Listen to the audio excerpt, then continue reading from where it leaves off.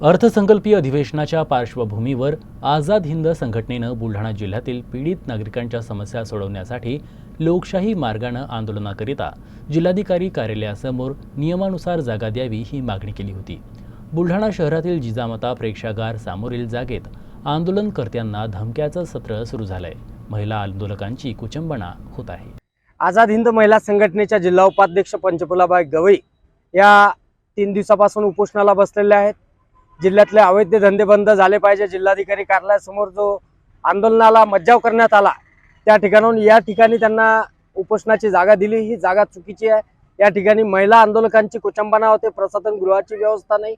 Supreme कोर्टाचे निर्देश आहे, आंदोलनकर्त्यांना पाणी स्वच्छतागृह पुरवण्यात आलं पाहिजे, ती इथं कोणतीही सुविधा नाही। या ठिकाणी त्यांच्या दादागिरी गुंडगिरी करून आंदोलकांना या ठिकाणी डिवचण्यात येत आहे। शहरातल्या जिल्ह्यातल्या ज्या मुली गहाळ झाल्या त्यांचा शोध लागला पाहिजे। जिल्ह्यातले अवैध धंदे, अनधिकृत कॅफे, रेती तस्करी, अनधिकृत वाहतूक बंद झाली पाहिजे, अशा 11 मागण्या घेऊन या ठिकाणी आमरण उपोषण आंदोलन सुरू आहे। अर्थसंकल्पीय अधिवेशनाच्या पार्श्वभूमीवर उपोषण सुरू असून शासन प्रशासन याची त्वरित दखल घेईन, अन्यथा आम्ही यापुढचा आंदोलनात्मक लढा आणखी तीव्र करू आणि त्याला संपूर्ण जिल्हा प्रशासन आणि शासन जबाबदार राहील। उपोषणाला मी याच्यासाठी बसलो की जे आम्ही आधी उपोषणाला कलेक्टर ऑफिस समोर बसत होतो आणि तिथून आम्हाला हटवण्यात आलं, म्हणून आम्ही आता उपोषणाला इथं बसलो। आणि अजून आमच्या मागण्या आहे की ते प्लास्टिक मुली हरवल्या जाऊ राहिल्या ते आपण त्या पकडून आणायला पाहिजे, शोधून आणायला पाहिजे।